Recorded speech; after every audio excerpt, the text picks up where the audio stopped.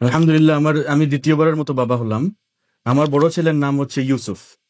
তখন অনেকেই এসে জিজ্ঞেস করে যে নতুন ছেলে হয়েছে, তার নাম কি ইউনুস নাকি? ইউসুফের সাথে তো ইউনুস, মানে নামের মিল। তারপর আমি বললাম যে না, আমি নাম রাখছি হচ্ছে ইউসা। লাইক, ইউসা কেন, মানে ওয়াই ইউসা? এখন আমি, এটা কি শুধু নামের মিলের জন্যই কিনা? আহ, এই নাম রাখার পিছনে আমার অনেক রিসার্চ, আমি দেখছি যে ইউসুফ আর ইউসার মধ্যে কি connection. Yusha, why Yusha is significant. Quran শরীফে ইউসা আলাইসাল্লামের নাম ডিরেক্টলি না আসলেও ইউসা আলাইসাল্লামের মেনশন আসছে, যেটার কনটেক্সটে মুফাসসিররা বলেছেন যে ইনি হচ্ছেন ইউসা আলাইসাল্লাম। প্রথম মেনশন আসছে হচ্ছে খিজর আলাইসাল্লামের গল্পতে।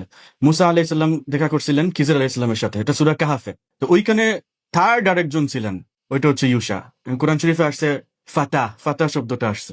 তো মুসা আলাইসাল্লামের সাথে ওনার অ্যাসিস্ট্যান্ট হিসেবে ছিলেন ইউসা আলাইসাল্লাম। এই সময় উনি ইয়াং ছিলেন, এবং ওই পুরোটা এক্সপিরিয়েন্সের মধ্যে ইউসা আলাইসাল্লামও গেছেন। তো এটা একটা সিগনিফিকেন্ট, এইটা ওনার first mention in the Quran শরীফ।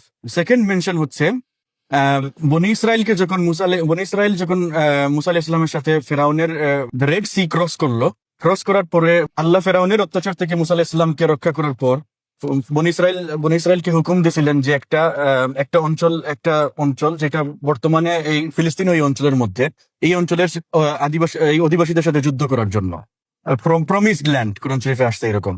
তো যুদ্ধ করার জন্য এটা আল্লাহ হুকুম দিয়েছিলেন। ওই সময় বনি ইসরায়েলের সংখ্যা ছিল 6 লক্ষর মতো। তো মুসা আলাইহিস সালাম যখন বললেন যে আল্লাহর হুকুম এইরকম, তো বনি ইসরায়েলের কেউ এটা, মানে মেজরিটি এটার এগেইনস্টে ছিল না। আমরা আমরা আমরা পারবো না, ইউ অ্যান্ড ইউর লর্ড গো। মুসা আলাইহিস সালামকে তারা বললো যে ইউ অ্যান্ড ইউ, আপনারা দুইজন তাদের সাথে তাদেরকে বের করে আনেন ওই ওই এলাকা থেকে, তারপর আমরা যাব, আমরা তাদের সাথে যুদ্ধ করবো না, আমরা পারবো না, তারা অনেক বড়। তো বনি ইসরায়েলের 12টা গোত্র ছিল।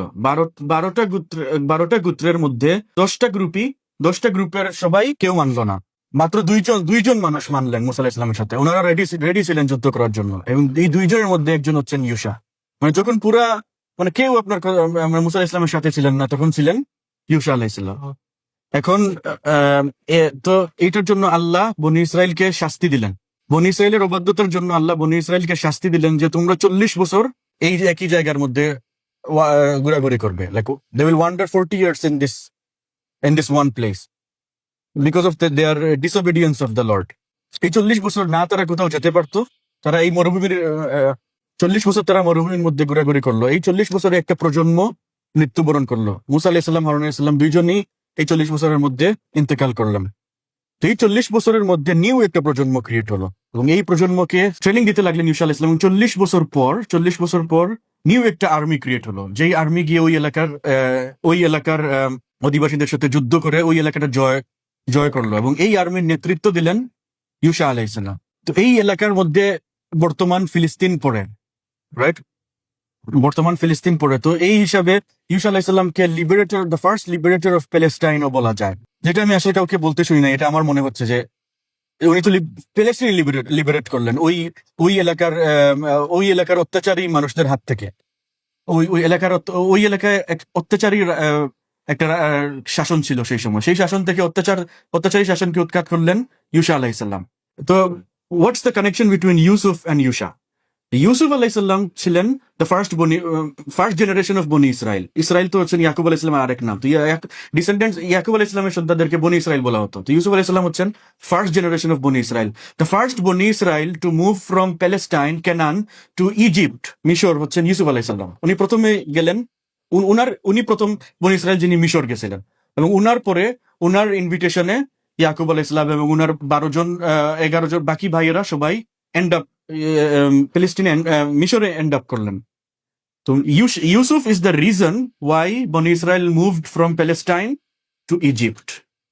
এবং এরপরের কাহিনী কয়েক জেনারেশন পরে, ফেরাউনের অত্যাচারের পরে মুসা আলাইহিস ইসলামের সময় ফেরাউন থেকে ওনারা ইজিপ্ট থেকে বের হলেন, আর ইউসা আলাইহিস ইসলামের নেতৃত্বে ওনারা ওনাদের অরিজিনাল জায়গায় রিটার্ন করলেন। তো এটা একটা সার্কেল কমপ্লিট হচ্ছে। মুসা আলাইহিস ইসলামের কারণে ওনারা এই জায়গা থেকে বের হয়ে ইজিপ্ট গেছিলেন, ইউসুফ আলাইহিস ইসলামের কারণে ওনারা প্যালেস্টাইন থেকে ইজিপ্ট গেলেন, এবং ইউসা আলাইহিস ইসলামের কারণে ইউসা আলাইহিস ইসলাম ইজ দ্য রিজন ওনারা আবার ব্যাক টু প্যালেস্টাইন গেলেন। So this is one of the connection. Second connection হচ্ছে ইউসা অ্যান্ড মুসা দুইজনে কিন্তু বনি ইসরায়েল, দুইজনে কিন্তু রিলেটিভস, দূর সম্পর্কের আত্মীয়। মুসা আলাহ ইসলাম কিন্তু দুইজনে বনি ইসরায়েল হলেও মুসা আলাহ ইসলাম কিন্তু বনি ইউসুফ না, কিন্তু ইউসা বনি ইউসুফ। মুসা ইয়াকুব আলাহ ইসলামের 12 জন সন্তান ছিলেন, এক একজন সন্তান থেকে এক একটা বংশ। তো ইউসা আলাহ ইসলাম ছিলেন ইউসুফ আলাহ ইসলামের বংশের, ইউসুফ আলাহ ইসলামের এক্সাক্ট নাতির ছেলে। আর মুসা আলাহ ইসলাম কিন্তু অন্য ব্রাঞ্চের, ইয়াকুব আলাহ ইসলাম অন্য ছেলের বংশ থেকে। সো এই হিসাবে ইউসুফ আলাহ ইসলাম আর ইউসা আলাহ ইসলাম ব্লাড কানেক্টেড, ডিরেক্ট কানেক্টেড। তো এই কানেকশন, এই দুইটা কানেকশন, এইরকম কানেকশনের কারণেই এই ছেলের নাম রাখছে ইউসুফ অ্যান্ড ইউসা।